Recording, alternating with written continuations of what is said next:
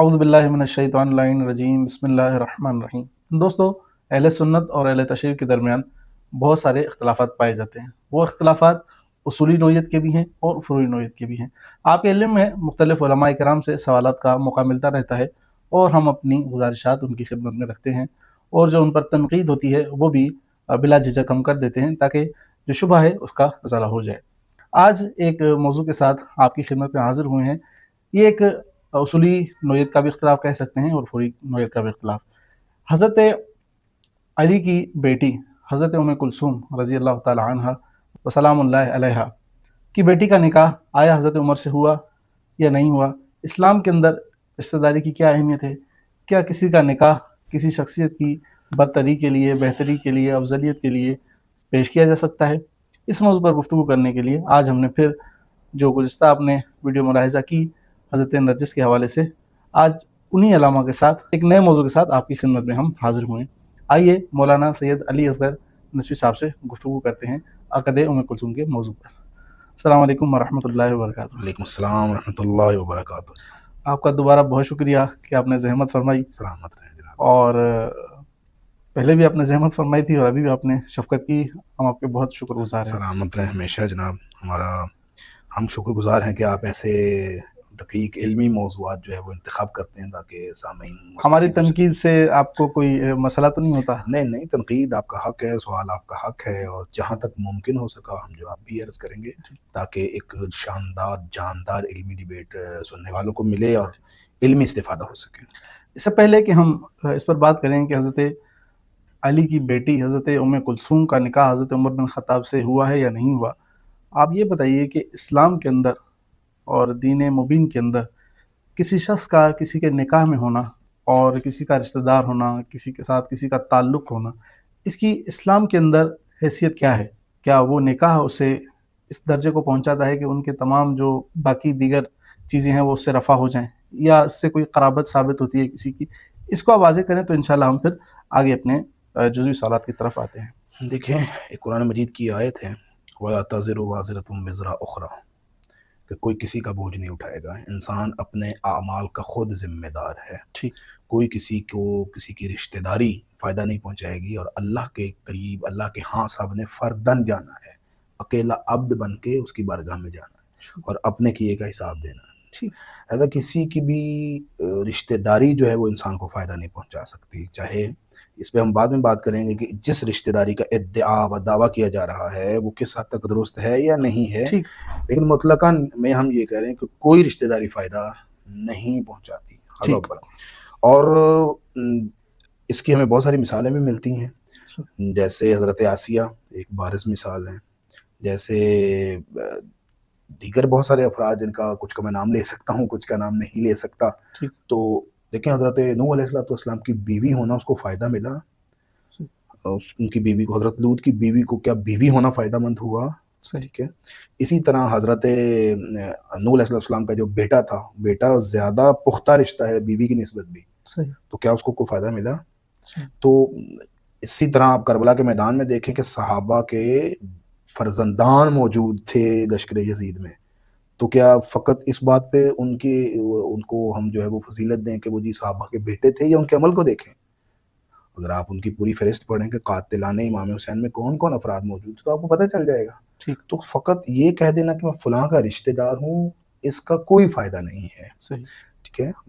اب جو آپ جس بات کی طرف آ رہے ہیں وہ الگ بات ہے کہ ثابت ہے یا ثابت نہیں ہے یہ رشتہ داری۔ اگر ثابت ہو بھی جائے کوئی بھی، ابھی میں شخصاً کسی پہ بات نہیں کر رہا، تو وہ مفید نہیں ہے، فائدہ مند نہیں ہے۔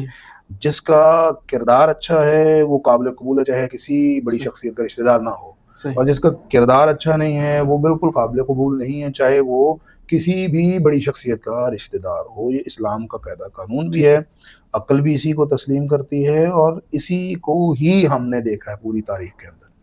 آپ نے اس کو مسلم اور جی بالکل طریقے سے جانا، جی بالکل۔ تو پھر آپ کے اندر خود جو ایک ہاشمی اور غیر ہاشمی کے درمیان فضیلت اور غیر فضیلت کا تعلق، اور جو ہاشمی ہوگا اس کی اتنی فضیلت ہے خاندان ہونے کے ناطے، کیونکہ رسول خدا سے اس کا ایک تعلق ہے، اسی طریقے سے خود سید اور غیر سید کے درمیان آپ بھی اس کو افضلیت تو غیر افضلیت کا تو قرار دیتے ہیں۔ ایسا تو نہیں کہ کسی کا اس سے رشتہ ثابت ہو گیا تو لہذا کچھ نہیں ہے۔ اچھا، میں نے جو بات کی اس کو پھر میں کہوں گا دوبارہ سمجھیے۔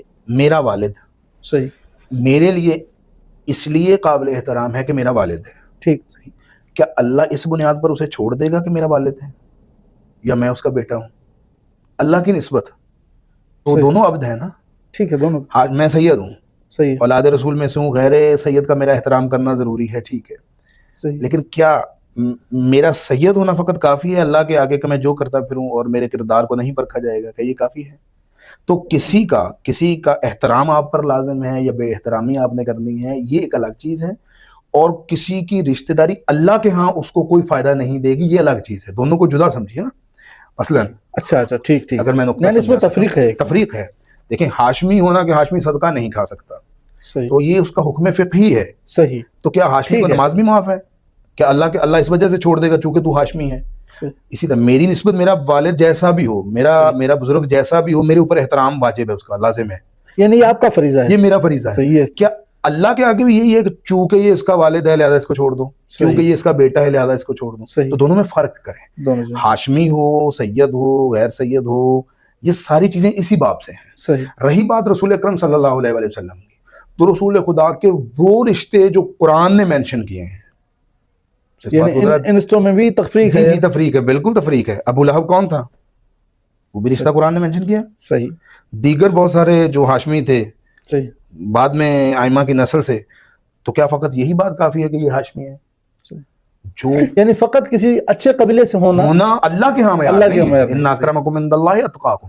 اچھا. اور دوسری چیز, ہاں جن رشتوں کو اللہ نے معین کیا ہے اور ان کو صاحب فضیلت قرار دیا, ابناءنا و ابناءکم, نساءنا, یہ تو خاص ہو گیا, یعنی خاص, ٹھیک ہے, یہ خصوصیت ہے. باقی کسی فقہی اعتبار سے آپ کہہ سکتے ہیں کہ ان کے لیے صدقہ جائز نہیں ہے, ان کا احترام جو ہے مثلاً آپ کے اوپر اس نسبت سے, صحیح, کہ ان صالحون فللہ و ان طالحون فلی, اگر یہ اچھے ہیں تو اللہ کی وجہ سے عزت کرو, برے ہو تو میری نسبت کا حیا کرو, اللہ کے آگے تو ان کا حساب ہونا ہے نا. یعنی یہ فقط آپ کا اور ہمارا فریضہ ہے, یہ نسبت اس کو فائدہ دیتی ہے نہیں دیتی, یہ الگ بحث ہے. خود حجۃ الوداع کا جو خطبہ ہے یا خطبہ غدیر ہے, اس میں تو باقاعدہ نام لے لے کے پیغمبر نے تکرار فرمایا ہے کہ کسی عربی کو, کسی ہاشمی کو غیر آدمی, کسی کالے کو گورے پر, یہ کیا ہے؟ یہ قانون ہے اسلام کا. صحیح. تو محض یعنی کسی شخصیت کا احترام کرنا یا کسی قبیلے کا احترام کرنا کا مطلب یہ نہیں ہے کہ ہمارا فریضہ ہے کہ ہم احترام کریں گے, لیکن کیا یہ نسبت اس کو اللہ کے ہمیں فائدہ دے گی؟ محض یہ نسبت, محض یہ نسبت, کیونکہ اس کے اچھے اعمال ہوں گے تو وہ اس سے. اچھا, یہ تو ایک اصولی بات ہو گئی جس کو آپ نے ذکر کر دیا. حضرت عمر بن خطاب کے نکاح کے متعلق روایات دونوں کتب کے اندر پائی جاتی ہیں, یہ مسلم ہے. بخاری مسلم میں روایت پائی جاتی ہیں, صحاح کے اندر روایت پائی جاتی ہیں, اسی طرح آپ کی الکافی اور دیگر کتابوں کے اندر روایت پائی جاتی ہیں, اور آپ کے بعض محققین اور بعض علماء اس کو قائل بھی ہیں. حال ہی میں ایک مناظرہ ہوا, اس کے اندر ایک شخص نے اس کو قبول بھی کیا. کیا وجہ ہے کہ اتنے اچھے تعلقات صحابہ اور اہل بیت کے مابین ہونے کے باوجود, یعنی یہ میں ایک موٹا سوال کر رہا ہوں, انشاءاللہ جزویات پر ہم آئیں گے, ان روایت کو میں ذکر کر لوں گا, آپ ان دونوں کے درمیان ایک تفریق کیوں پیدا کرتے ہیں کہ نہیں ادھر تو جھگڑا تھا, لڑائی تھی اور کوئی معاملہ نہیں تھا, جبکہ یہاں پر تو یعنی یہ چیزیں ثابت ہوتی ہیں. اچھا, دو مقدمے ہیں اور دونوں ہی نادرست ہیں. ٹھیک. ایک یہ نادرست ہے کہ بہت اچھے تعلقات تھے, اچھا تعلق ہوگا تو رشتہ ہوگا, میں وہی, اور نہ رشتہ تھا. دونوں چیزیں ایک دوسرے پہ موقوف ہے. اچھا تعلق ہوگا تو رشتہ داری ہوگی, رشتہ داری ہے تو مطلب اچھا تعلق تھا, دونوں ایک دوسرے پہ موقوف. اچھا, یعنی آپ کہتے ہیں کہ اچھے تعلق ہونے کے باوجود رشتہ دار, اگر آپ کہتے ہیں کہ رشتہ داری ہوئی ہے لہٰذا اچھے تعلق تھے, صحیح, ہم اسی کو پلٹتے ہیں, ہم کہتے ہیں اچھے تعلق نہیں تھے لہٰذا رشتہ داری نہیں ہوئی. اس کی دلیل تو دونوں وہی دلیل ہم دیں گے. بات کو سمجھے نا, کہ اگر آپ کہیں کہ اچھے تعلقات بنیاد ہے رشتہ داری کی, ٹھیک ہے, تو ہم, یا رشتہ داری بنیاد اچھے تعلقات کی, تو ہم دونوں طرف سے, ہاں ہم کہتے ہیں اچھے تعلق نہیں تھے. دلیل آپ کو صحاح کے اندر ہی مل جائے گی کہ حضرت عمر ابن خطاب خود کیا فرماتے ہیں عباس بن عبد المطلب اور مولا علی کو, کہ رأیت مانی صحیح غادران خائنان آسمان. یہ کس کتاب میں ہے؟ صحیح بخاری میں. بخاری مسلم میں آپ دیکھیں صحاح کے اندر تو آپ کو یہ لفظ ملیں گے کہ جب وہ وراثت کا سوال ہوتا ہے اور پھر وہ حضرت علی کو اور حضرت عباس بن عبد المطلب کو مخاطب کر کے حضرت عمر کیا کہتے ہیں, یہ کہتے ہیں کہ جب پوری روایت, لمبی روایت ہے, میں مخصوص ٹکڑا پڑھ رہا ہوں, کہ جب رسول خدا اس دنیا سے گئے تو ابو بکر بن ابی قحافہ صاحب نے کہا کہ انا ولی رسول اللہ, نہ رسول اللہ، وہاں ولی کا مطلب یہی خلیفہ کی ہے. اچھا، ہاں انا ولی، وہاں لفظ موجود ہے. یہ بخاری اور مسلم کی روایت ہے کہ میں نبی کریم کا ولی ہوں، خلیفہ ہوں. تو تم دونوں اس کو بھی خائن، غادر، عاصم سمجھتے تھے. یہ صحیح یہ مسلم لفظ ہیں، یہ میں نے اسی لیے ترجمہ نہیں کیا، ترجمہ میں سننے والوں پہ چھوڑ رہا ہوں. آپ وہ اسکرین دیں گے، ہم اس کو چلا دیں گے. ہاں وہ آپ چلا دیں. تو اسی طرح جب حضرت عمر پھر اپنے متعلق کہتے ہیں کہ پھر وہ ابوبکر بن ابی قحافہ چلے گئے تو میں ان کی جگہ پہ بیٹھا اور تم دونوں مجھے بھی، یعنی حضرت علی مرتضیٰ علیہ الصلوۃ والسلام اور حضرت عباس بن عبد المطلب، تم دونوں مجھے بھی کیا سمجھتے ہو؟ یہی جو ہے وہ آپ ادھوری بات کرتے ہیں نا. اسی روایت کے اندر حضرت عباس نے حضرت علی کو بھی کہا ہے، اس متعلق آپ کیا کہتے ہیں؟ اس روایت کو، اس ٹکڑے کو مانتے ہیں؟ ایک منٹ، ابھی ہماری بحث کس میں ہو رہی ہے؟ حضرت عمر اور مولا علی. نہیں، آپ جب بات پیش کر رہے ہیں تو بات کو تو پورا پیش کر رہے ہیں نا. بات آپ یہ پوری، میں نے کہا نا پوری روایت، ہمیں ان ٹکڑوں سے غرض ہی نہیں ہے. کیوں نہیں ہے غرض؟ یعنی آپ ایک حصے کو مانیں گے، ایک حصے کو نہیں مانیں گے؟ نہیں، ہم تو، ہمارے لیے تو بخاری مسلم حجت ہی نہیں نا. ٹھیک ہے، لیکن جو روایت آپ پیش کر رہے ہیں اس کے حصہ ہے نا اس کا. بالکل اس کا حصہ. تو اگر وہ من گڑت ہے تو پوری من گڑت ہے. نہیں، من گڑت کون کہہ رہا ہے؟ دیکھیں بات پہلے اصولی بات سمجھ لیں. الحجت علی الخصم میں مسلمات. ٹھیک، اس روایت کا دفاع کرنا، اس روایت کو تسلیم کرنا، اس روایت کی تشریح کرنا ہمارے ذمہ ہے ہی نہیں، کیونکہ ہماری کتاب میں استدلال کر رہے ہیں. استدلال ہم نہیں کر رہے، ہم فریق مخالف پر حجت تمام کر رہے ہیں کہ بھئی آپ کی کتاب میں ہمارے پاس یہ تعلقات کی جو تلخی ہے ثابت کرنے کے لیے ہمارے پاس اپنی کتابیں بھری پڑی ہیں، تو ہمیں تو اس کی ضرورت ہی نہیں اصلاً. دیکھیں میری عرض سنیں، جو اگر میں سمجھا پایا کہ حضرت آپ کا دعویٰ کیا تھا کہ حضرت عمر کا نکاح جو ہے وہ بنی ہاشم کے اندر ہوا ہے یا نہیں؟ ہم اس سے ایک اچھے تعلق کو ثابت کرتے ہیں، ایک گروہ ثابت کرتا ہے. آپ کہتے ہیں نہیں، اس کی وجہ یہ ہے کہ تعلقات خراب تھے. جس بنیاد کو آپ نے بنایا نا، جس روایت کو آپ نے بنیاد بنایا، وہ روایت خود آپ ہی کے خلاف ہے. ہم نہیں، ہمارے خلاف کیسے ہمارے خلاف ہے؟ یعنی اس روایت کی آپ ابتدا میں دیکھیں، کیا دیکھیں اس یعنی اس روایت کی ابتدا کے اندر حضرت عمر سے یہ الفاظ کہنے سے پہلے جب عباس بن عبد المطلب آتے ہیں، اس روایت کے الفاظ ہیں، میں نہیں کہتا. پڑھیں آپ. کہتے ہیں کہ میرے اور اس وہی الفاظ جو آپ نے دہرا ہے، ان کے درمیان فیصلہ کر دیجئے. تو اس روایت کا پہلا ایسا مانتے ہیں آپ؟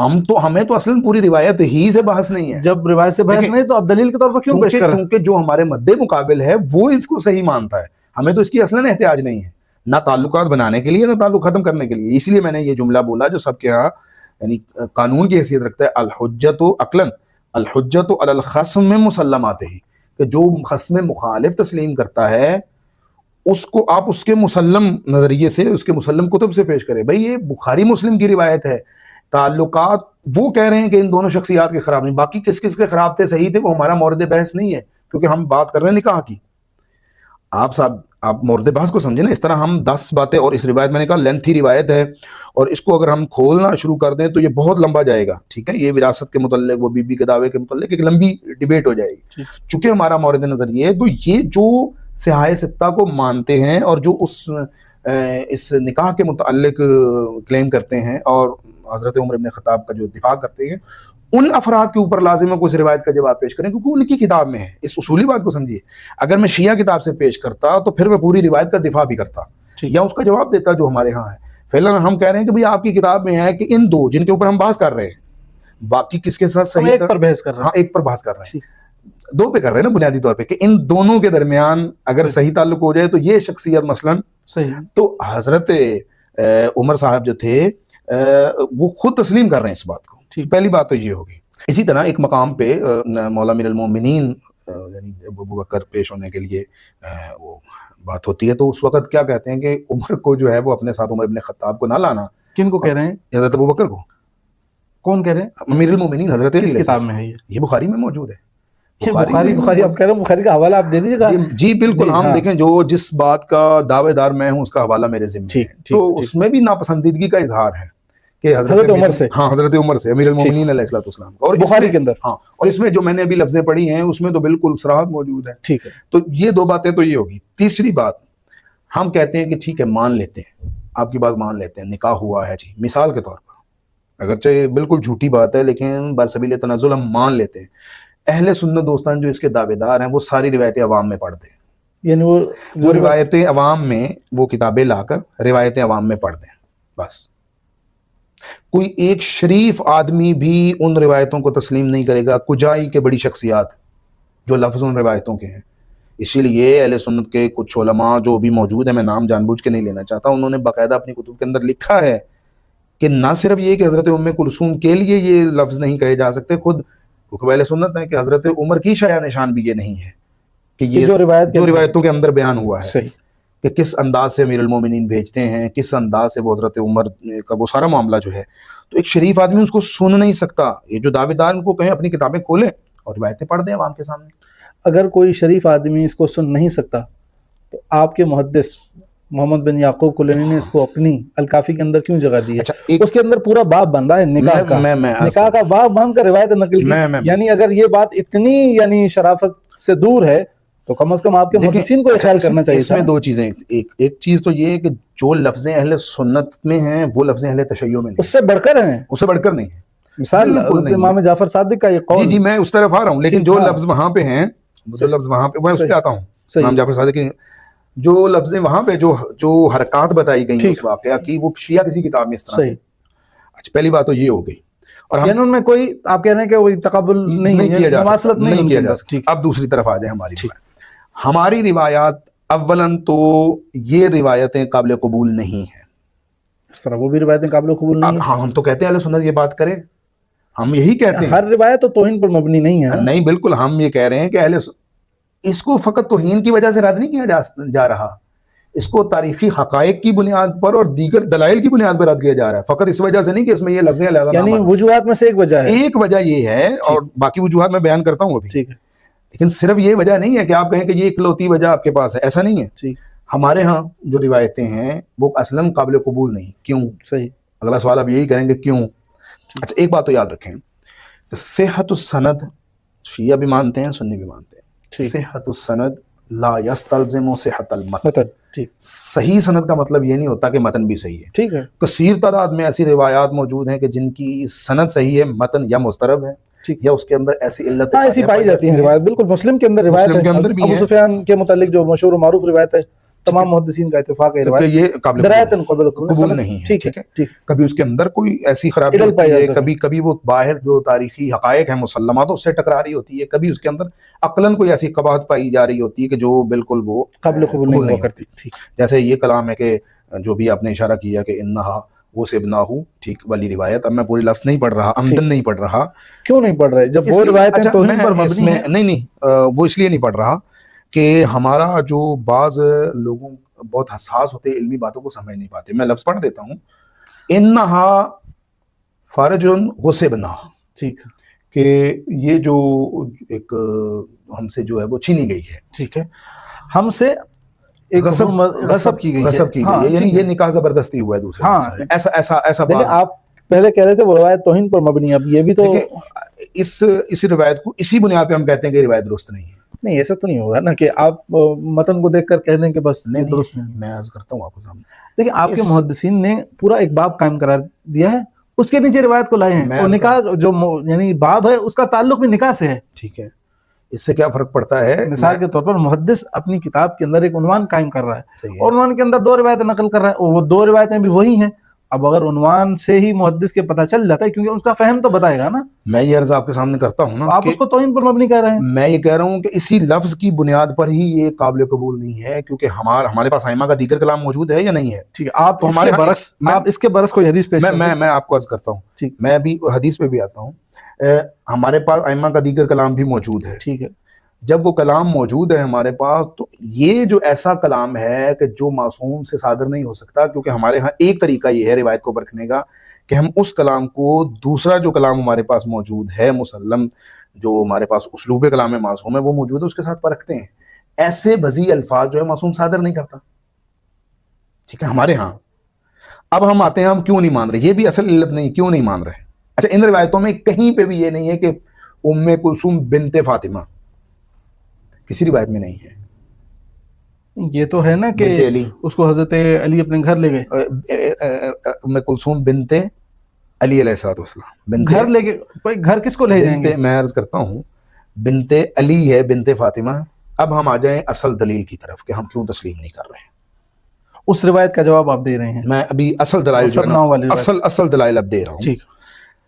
ہمارے یہاں بھی روایتیں ہیں، اہل سنت کے ہاں تو بھری پڑی ہیں، مشکوات ہے، بنیادی جتنی کتابیں ہیں اس میں کافی سارے اسکین بھی آپ لگا لیجیے گا، میں عرض کر دوں گا کہ حضرت ابو بکر اور حضرت عمر باری باری دونوں شخصیتیں رسول اکرم صلی اللہ علیہ وسلم کی خدمت میں آتے ہیں اور سیدہ کنین سلام اللہ علیہا سے کی خواستگاری کرتے ہیں. رسول اللہ فرماتے ہیں انہا صغیرۃ، ٹھیک، یہ جو میری جو دختر نیک اختر ہے سلام اللہ علیہا، وہ ابھی صغیرہ ہے، چھوٹی ہے، ٹھیک ہے، تو تم سے نکاح نہیں ہو سکتا. صحیح. جس کی ماں کا نکاح اس وجہ سے نہیں ہو رہا کہ آپ کی عمر زیادہ ہے اور وہ آپ کے مقابلے میں صغیرہ ہے، اس کی آخری بیٹی کا نکاح صحیح، یعنی رسول خدا نہیں کر رہے حضرت عمر سے بی بی فاطمہ کا نکاح سلام اللہ علیہا، ٹھیک، اور ہم اس کی آخری بیٹی کا جو شادی ہو گئی، بچے ہو گئے، پھر بچے ہو کے بچے بڑے ہو گئے، پھر اس کا نکاح، اتنی ایج ڈیفرنس کے باوجود بھی یا تو کہیں کہ ان شخصیات نے رسول اللہ کی سنت کے مد مقابل عمل کیا کہ رسول اللہ نکاح نہیں کر رہے کیونکہ اس میں علت بیان کر رہے ہیں رسول اللہ کہ انہا صغیرۃ. دیکھیں تو جس کی ماں صغیرہ شمار ہو رہی ہے، دیکھیں بات کو سمجھیے پھر اس نقطے، جس کی والدہ حضرت عمر کے مقابلے میں صغیرہ شمار ہو رہی ہے، صحیح، اس کی بیٹی تو بدرجہ اولا صغیرہ شمار ہوگی. صغیر کہنا اور نکاح نہ کرنا دو الگ چیزیں ہیں. میں صغیر کہا، امکان قوی ہے کہ صغیر کہنا یہ ہے کہ ابھی ہم فیصلہ نہیں کرتے، وہ چھوٹی ہیں سلام اللہ علیہ، وہ چھوٹی ہیں، بعد میں ہم فیصلہ کر لیں گے. دیکھیں انہا صغیرۃ ان کو ذرا سمجھیے گا، دونوں اسی روایتوں میں ہے کہ دونوں پہلے خود آتے ہیں تو ان کو نہیں، رسول خدا کیا فرماتے ہیں صغیرۃ صغیرۃ. مولا علی آتے ہیں تو ان سے نکاح کر دیتے ہیں، وہ وقفے کے بعد نہیں بالکل وقفے کے بعد نہیں، پوری روایت متصل ہے اور روایت کا متن یوں ہے کہ پہلے وہ آئے، پھر وہ دونوں مولا علی کو جا کے کہا کہ تم ابھی پیش ہو جاؤ. یہ کہاں پائی جاتی ہے؟ یہ روایتیں کثیر تعداد میں آپ کو اسکین دوں گا، اس کے کافی ساری اہل سنت کو تمہیں پائی جاتی، اور یہ پوری روایت اسی طرح سے ہے کہ بھئی پھر وہ دونوں آتے ہیں، یعنی دونوں کو جب انکار ہو جاتا ہے تو پھر یہ دونوں آتے ہیں.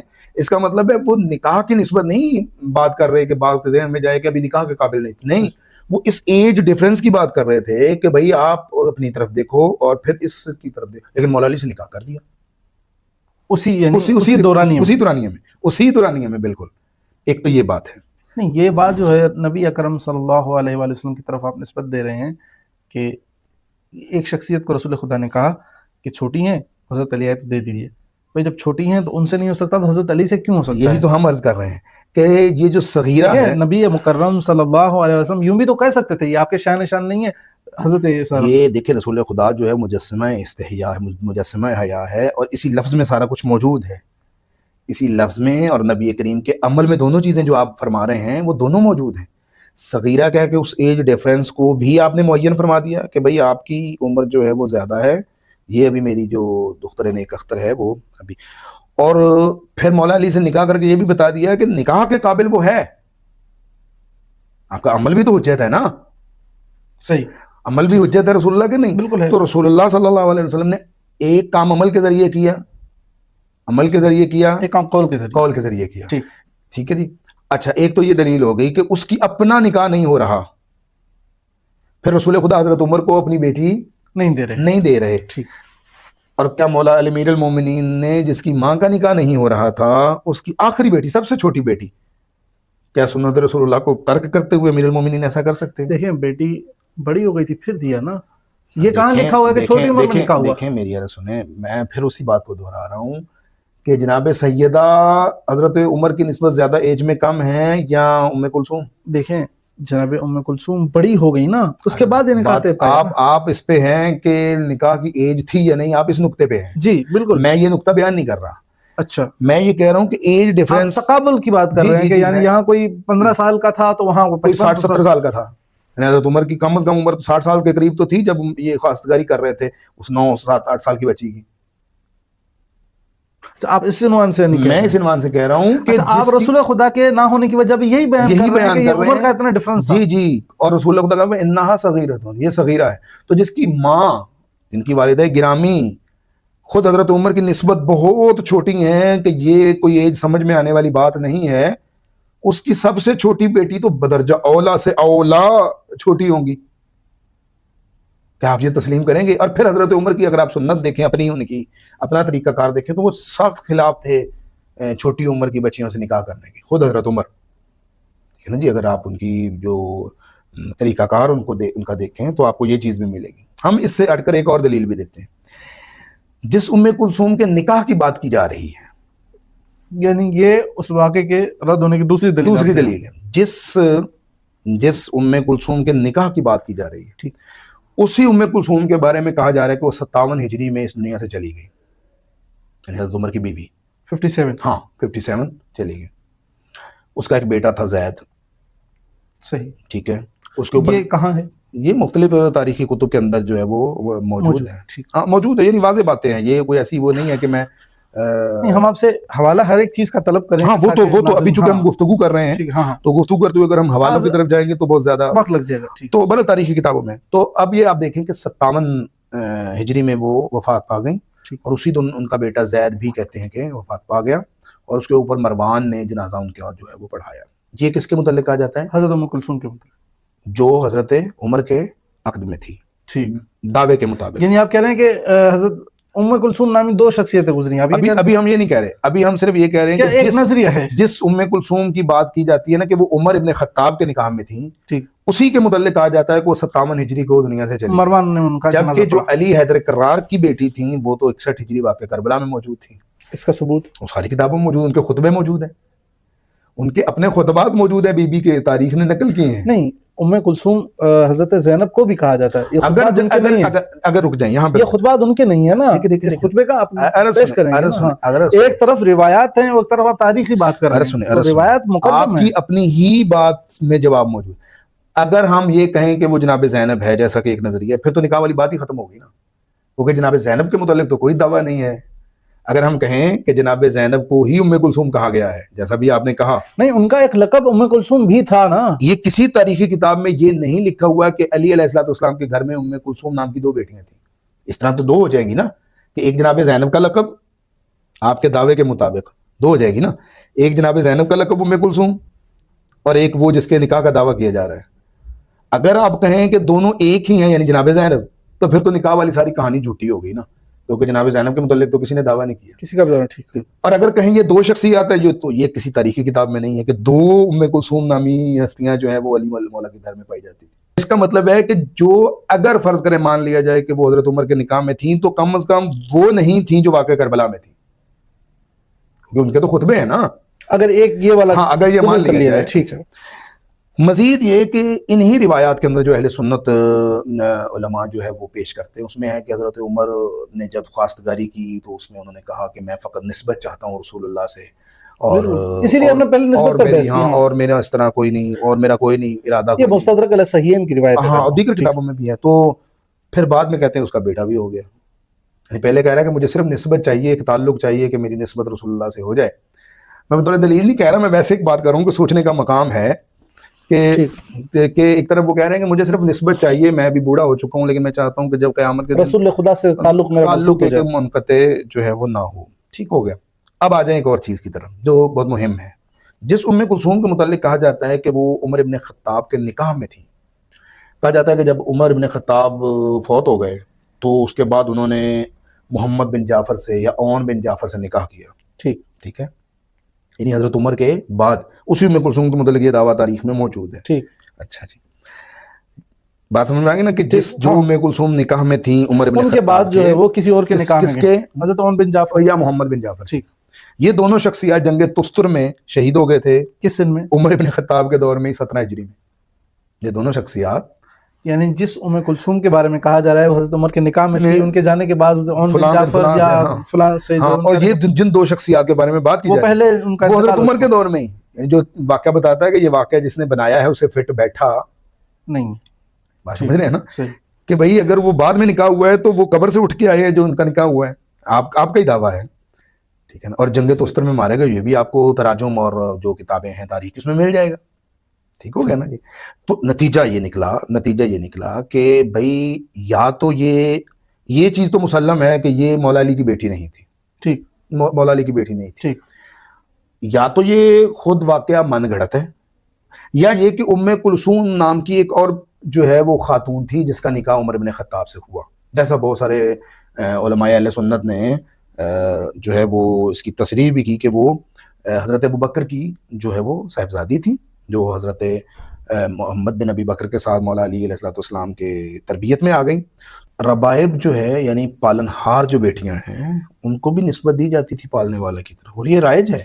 ٹھیک یعنی ایسا نہیں ہے کہ کوئی ایسی ہم نادر مثال لے کے آئے ہیں، نہیں، یہ لفظ عام ہے، اس کا استعمال عام ہے، اس کے اوپر باقاعدہ ہمارے علماء نے کتابیں بھی لکھی ہیں، مستقل باقاعدہ اس عنوان پہ کتابیں لکھی ہیں. لہذا جیسا کہ بعض اہل سنت نے اس کو قبول بھی کیا، جیسے امام نووی وغیرہ، کہ یہ حضرت ابو بکر کی بیٹی تھیں، امیر المومنین نے اس کی پرورش کی، یعنی جناب اسماء بنت امیس کے ساتھ جو ہے وہ آ گئیں، جس طرح محمد بن ابی بکر آئے، جیسے ان کی پرورش جو ہے وہ کی. تو چونکہ حضرت عائشہ کی سگی بہن تھی، تو حضرت عائشہ نے پھر یہ رشتہ مثلاً ادھر کروا دیا. تو یہ جو کہتے ہیں داماد علی، حقیقت میں وہ داماد ابو بکر ہیں. صحیح، ٹھیک ہے جی، انہوں نے یہ رشتہ کروایا اور ان کی شادی ہوئی.